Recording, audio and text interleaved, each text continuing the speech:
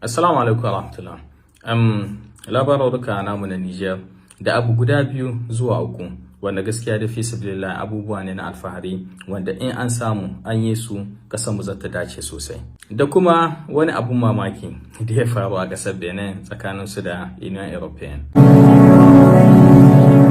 Na farko shine magana cewa da muka gani an zamna na ministarkinmu da energy ta yi magana da kamfani guda biyu na Shin da kuma na Ind wanda ake so a yi central thermic, ake so a yi central na harkokin samun energy electricity kenan daga charbon namu na Niger.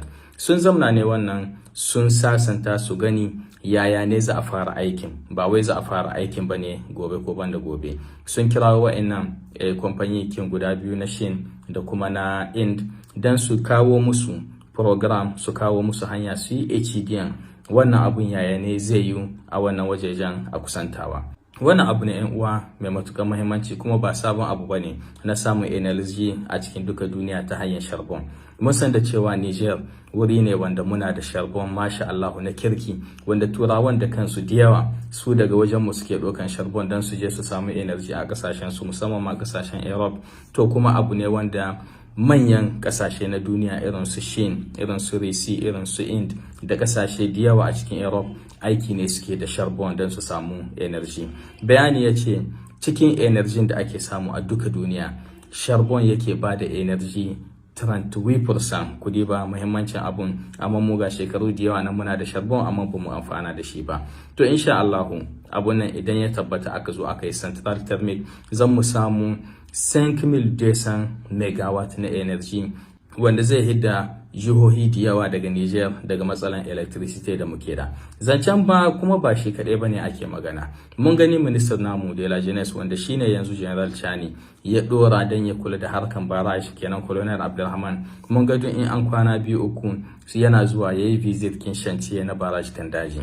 Sun gani ana dan nuna hotuna da bidiyoyi kana cewa su dai sun ga cina cewa aiki ya dawo kuma aiki yana tafiya. Abu biyun nan barrage kan daji da wannan center kin da za a yi na samun energy daga charbon idan suka tabbata a Niger gaskiya CNSP sun hidda Niger daga wani mafalki wanda da muna ga ba zai ma taɓa yiwa ba amma yanzu ya yi.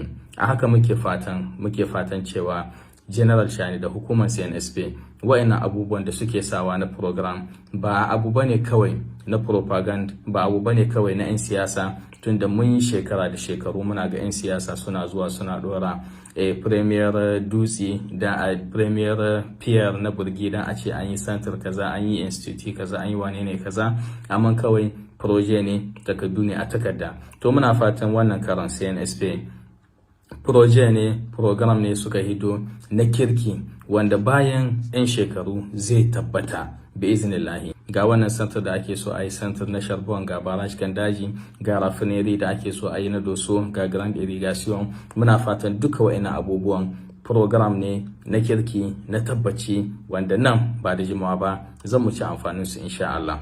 Sai kuma abu na uku abun alfahari daga garin Agadez. Mun gani inda mayor na Agadez ya buɗa class guda 20 wanda ake yi da kuɗin ƙasa da kuɗin kominkin Agadez.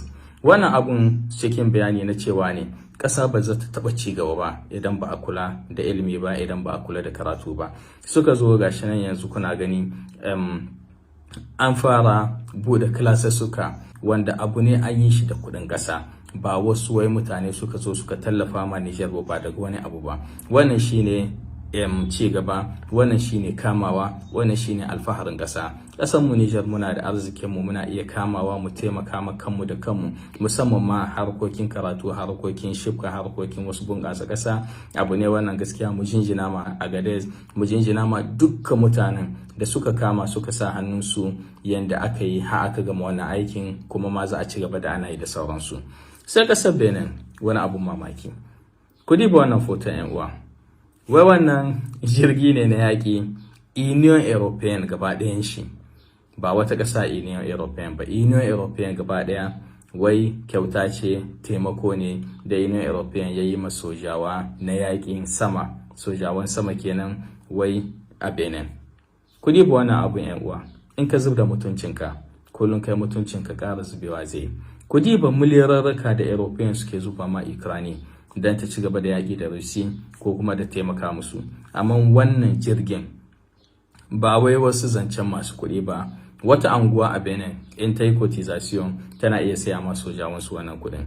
Wannan kullun don ne, taimako ne wanda su turawa sun saba yi ma ɗan Afirka don a nuna mushi da cewa shi kaskantacce ne, kuma malar zaman shi ma ɗan Afirka yana amsa. Mu dai insha Allah muna fatan hukumominmu za su daina amsar wasu taimako na banza wanda ba su kawo mana wani amfanin kirki, wanda zub da mutunci ne, wanda abu ne mu kanmu mun hima garin shi. Da fatan kuma insha Allah dai kam alheri zan mu ci gaba da gani a kasashen mu da ci gaba wayannan abubuwan da projekin da CNSP suke yi. Da fatan kasar mu Niger zata ganshi a reality ba takarda ba insha Allah. Allah ya kama mana, Allah ya samu dace.